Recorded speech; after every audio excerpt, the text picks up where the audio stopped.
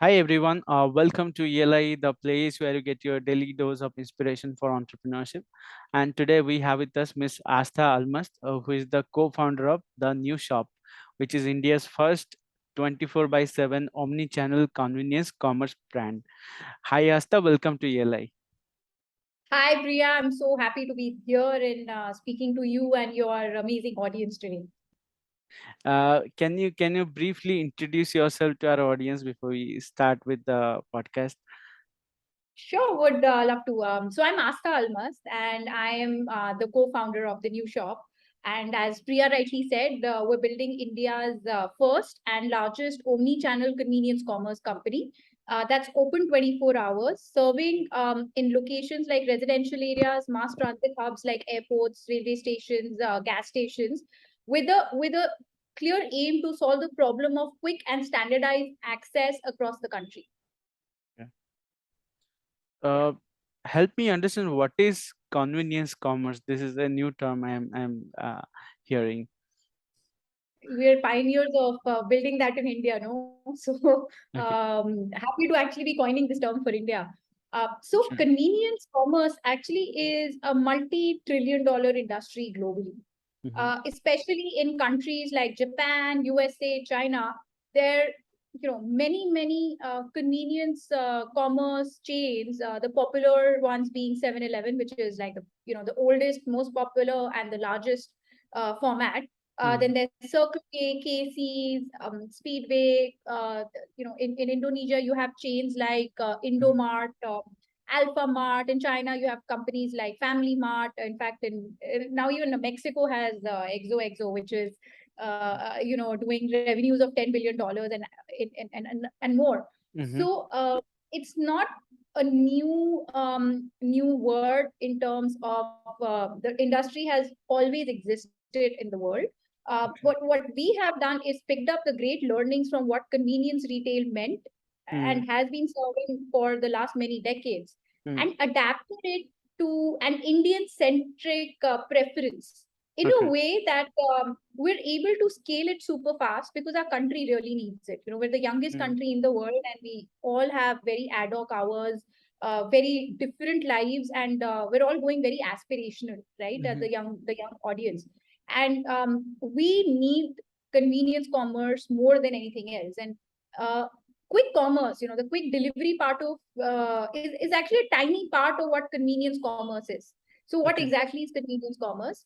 uh, in book level definition, it's any customer, if they Hmm. need a product or a service which is to be consumed within the first 1 hour of purchase, is Hmm. actually bought at a convenience store.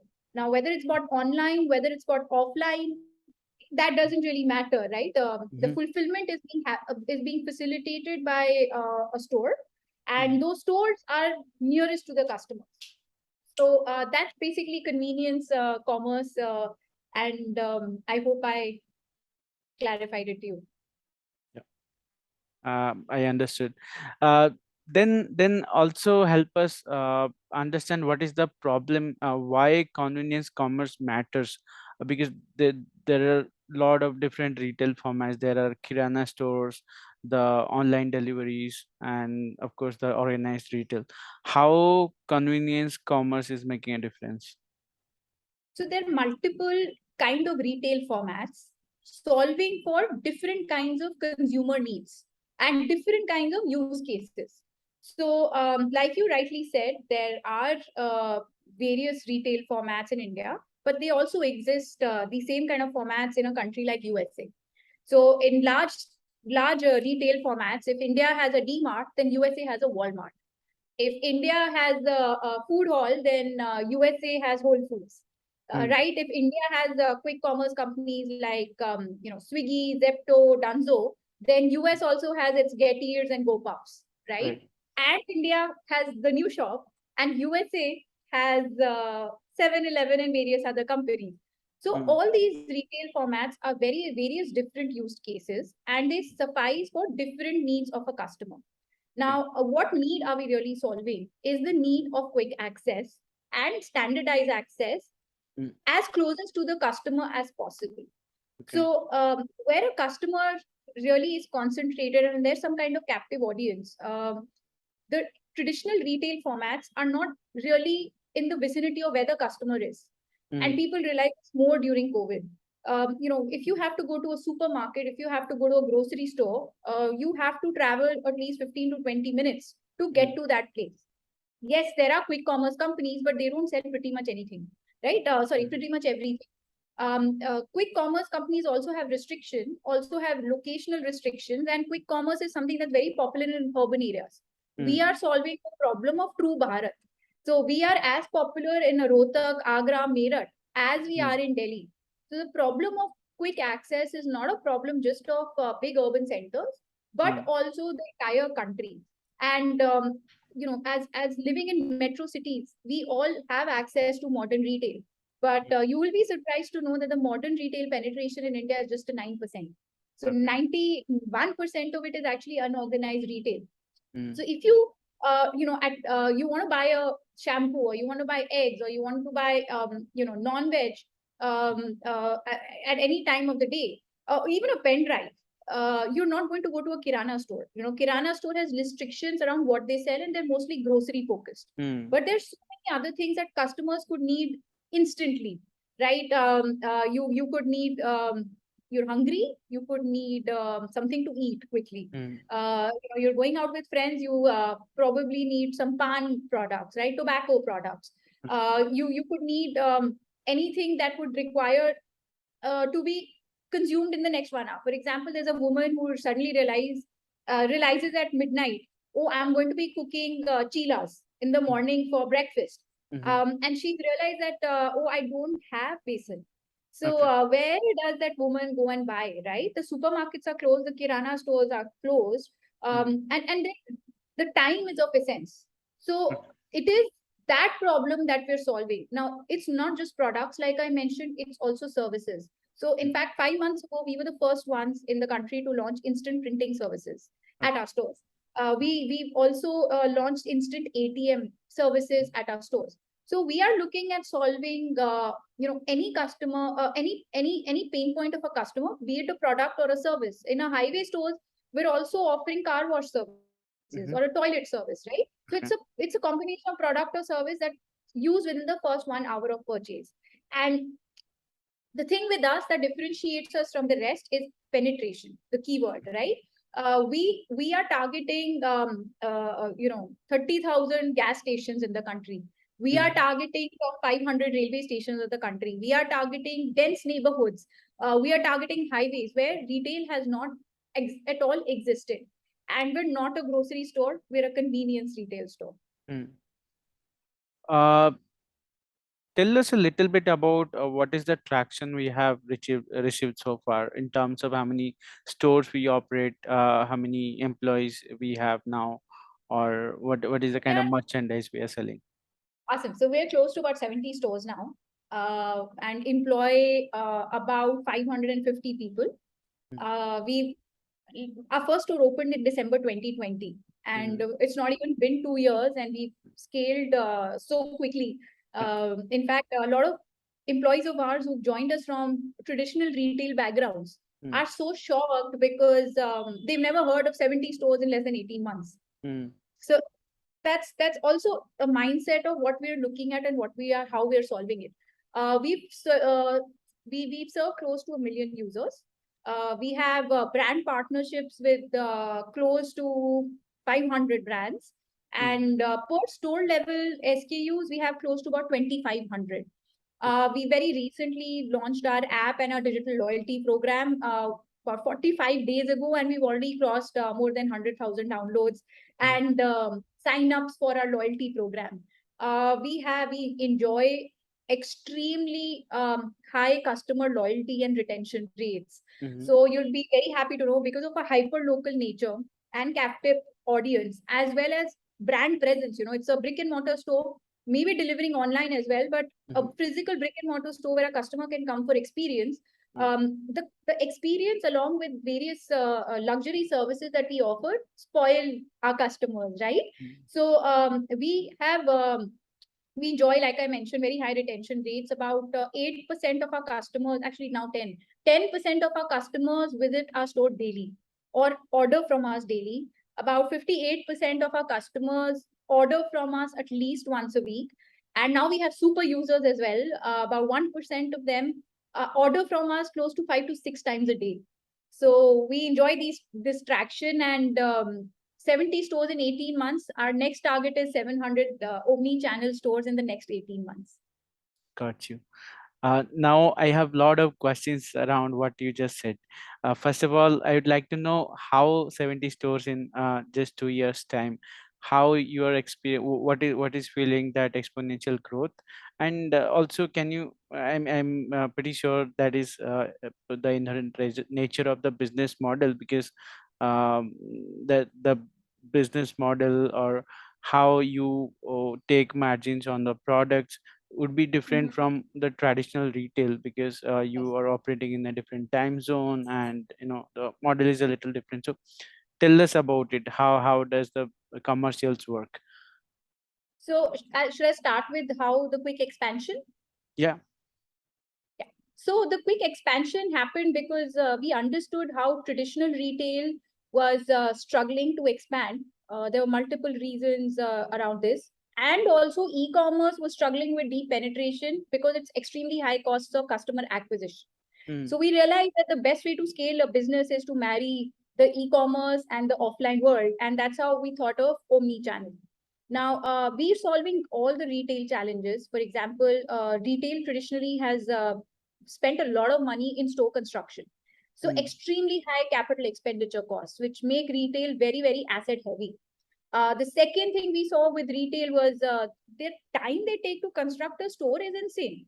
So, mm, if you're paying a rent at a place, you may have up to a 45-day of rent-free period. mm, But if you're taking 6 months to construct a store, you're literally bleeding money without really making any money.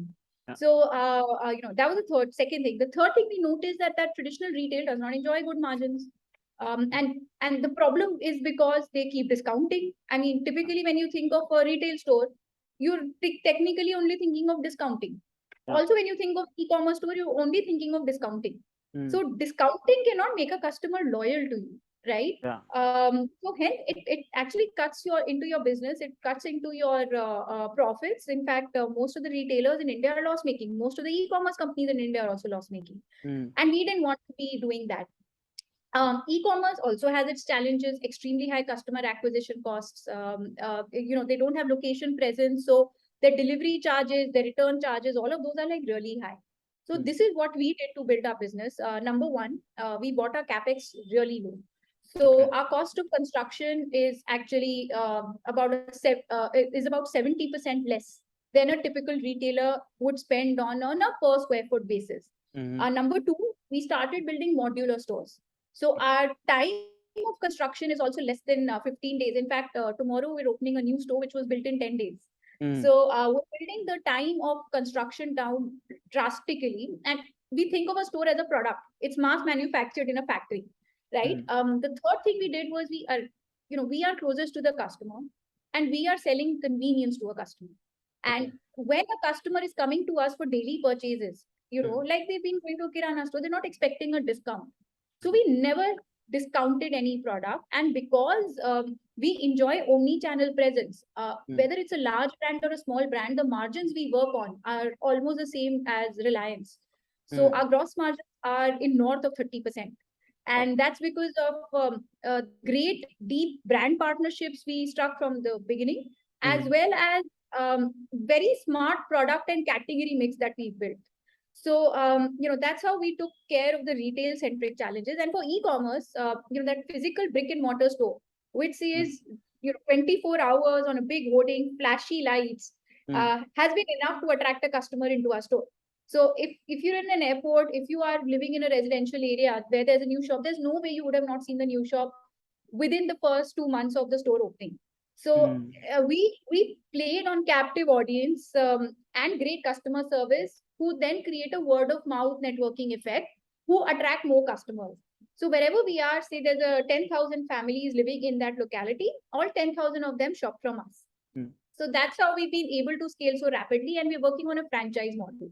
So rather than us spending time and effort in trying to find great locations, as well as blocking our capital in building stores, we Mm. actually franchise it out. And our franchise owners, because they are on revenue share, act like our equal partners. We don't call them franchise owner, we call them business partners. So Okay. we all together work as an ecosystem to grow new shop and take it to the next heights, which is why the next 18 months, I know we'll be at 700 stores. So the Mm. first 70 in the 18 months help us create a strong foundation, and now we're ready to scale. We've also created a really amazing technology, which is solving for our entire supply chain. So everything is built in house because we're a 24-hour store that operates Omni Channel. So there was really no company in the world who was building technology to support our kind of needs and challenges, right? So Mm. we had to build our own supply chain, our own inventory management tech, our own point of sale also. I mean, you're looking at 10,000 stores, so you can't be spending lakhs Right. on point of sale systems. So our point of sale system is built for as little as 10,000 rupees. And then we had to integrate the entire system. So we created our own last mile delivery app as well. So the entire technology is built in house. It took time to build it, and we were very silent about. We were very patient that one day the growth will come, but let us get the foundation right. Mm. So today I can tell you I'm not bleeding a single rupee in any of my deliveries, and I've not spent a single penny in trying to get to a million plus customers. Got you. Uh, you now have 70 stores, and you are opening a new store. I understand the now the effort for opening a one new store is considerably less. But tell us about your first store. How effortful or how tough was it to build the first store, and what were the initial challenges, the static friction, if I may call it? Awesome. So our first store actually was the biggest contract we've ever cracked, which was with Indian Railways. Mm-hmm. And that store opened in March 2020, just when COVID happened. So while it seemed like a cakewalk for us Mm-hmm. to go to the railway ministry and tell them that hey, that you are upgrading and renovating railway stations. So in the redevelopment scheme, allow a young startup like ours to serve our nation by developing standardized great stores at all railway stations, and we'll ensure we're providing affordability with great service. Our new government has to be credited that they trusted three young founders with nothing else but a crazy passion to build that store. Mm-hmm. And we didn't have the money for it, so we put in some of our money along with the borrowing loan from Mudra. Mm-hmm. And we knew that we have to build the store in 15 days because we always knew that we don't want to waste rentals. Mm-hmm. And the sooner you build the store, the sooner you make money. Mm. So the team literally slept at railway station. It was Okay. Anand Vihar railway station in Delhi, which is where our first store happened. Mm. The team literally slept there. Our fabricators were constructing the store, and that's how the first prototype was born, where we confidently knew that now we can build our stores in less than 15 days. So Anand Vihar railway station store was ready in about 18 days. Mm. And even though there was COVID, the kind of footfall in railway station is so huge that our store was profitable in, I think, 20 days. Okay. So great learning experience, but COVID happened, and by first week of April, lockdown was announced. So Mm. unfortunately, we had to close the store. But that led to a lot of learning lessons on how to save money in construction, how to create the fastest POS in the country, because in a railway station, when a train lands and departs, there are Mhm. close to 200 people standing at your store, Right. and all things very quickly. Mm. So all that technology nuances that today we confidently know we have built happened because of the experiences of Anand Vihar railway station. And because we were successful in Anand Vihar railway station, we knew that this model is going to be super successful in tier 2, tier 3, and non-urban centers of India. Mm. So that's our first store story. Then we had to wait for the lockdown to be lifted, the first wave, and we started construction of our second store in November 2020. It's quite funny. We had just raised a round of seed funding, and me and my co-founders both got COVID. All three of us got COVID at exactly at the same time, at the time of store construction. Mm. So it was so challenging managing things remotely. but we stuck to deadlines, and our early employees are not really our employees; they're our founding team members. So with everyone's help, in December, our store in Suryaniketan, Delhi was up and running. Mm. And ever since then, we've achieved speed of opening 15 to 20 stores a month. Okay. You said the Ministry of Railway gave you a chance to work because of your passion, because you were a team of passionate people. I want to understand, how did you reach the level of passion? Tell us a little bit about your early life prior to entrepreneurship. What led to entrepreneurship? What triggered the entrepreneurial seed in you? So unlike my other co-founders, I am an entrepreneur by accident. Okay. So my story is that I don't know if that's the right thing to say, but I think I'm multi-talented Mm. and I have various interests. Okay. So I was always considered as an outlier, or an outcast, whether it was Mm. my school or my college, because I was always thinking differently. I was always not really following what everybody else was doing. So which is why I studied various subjects. So, I did my graduation in economic honors. Then I worked for like multiple years in the banking and finance sector, kept getting bored. Suddenly Mm. realized I want to go to the fashion industry. Did my master's in fashion management and retail. Realized that, fashion is a little, maybe a kind of like a world where I wouldn't feel that I'm solving a purpose. Mm. So went to IIM Calcutta, did my finance degree there. Mm. When I was landing my dream job, that is when the HR consultant of a company told me, "You Mm. are so confused. You want to do fashion, you want to do finance, you want to Mm. do retail, you want to do Bollywood. You know Mm. what? You are better suited to be an entrepreneur. You are lost here and you are wasting your time and effort. You're totally unfocused." So it honestly pinched me, because I thought I'm somebody, you give me any task and I'll do. I could fit myself in any kind of a department. Right. So which is when I'm also a qualified graphic designer, by the way. So which is why when my co-founder, who is also my brother, who was Mm. studying in the US back then, called me and said, I'm starting up, and I think you're my perfect founder. So do you want to join or not? Because stop wasting your time in interviews and companies when you know you're capable of creating much more. So I think he kind of like brainwashed me into the right thing. Mm. And before I knew it, I was designing my first smartphone game with Charak and Money. The game was an instant success, and the guys decided to move to India, set up this first smartphone gaming company. Mm. But our story of wanting to build convenience retail also started at a railway station. Okay. So back in our struggling days, we used to live in Mumbai, and we Mm. used to take a local train from Andheri to Churchgate every day, because that's where our office used to be. And every day we would travel like ad hoc hours. Mm. And every day I would pick up a juice or a packet of water or some food or something Mm. which was from unorganized retail, and it was unhygienic and not standardized. Sometimes I didn't even know if I'm going there if a shop is going to be open. Mm. And Tarak and I used to long for the 7-Eleven experience in India, and Mm. we didn't have it, right? And we used to, back in the days in 2013 14, wonder why 7-Eleven not opening in India, man. Mm. And that is when we were thinking of a new business to start. It was a no brainer for us to start a convenience retail format in India, and started from a railway station, Mm. because we had really suffered that in the past life of ours. So that's a little bit about my past life.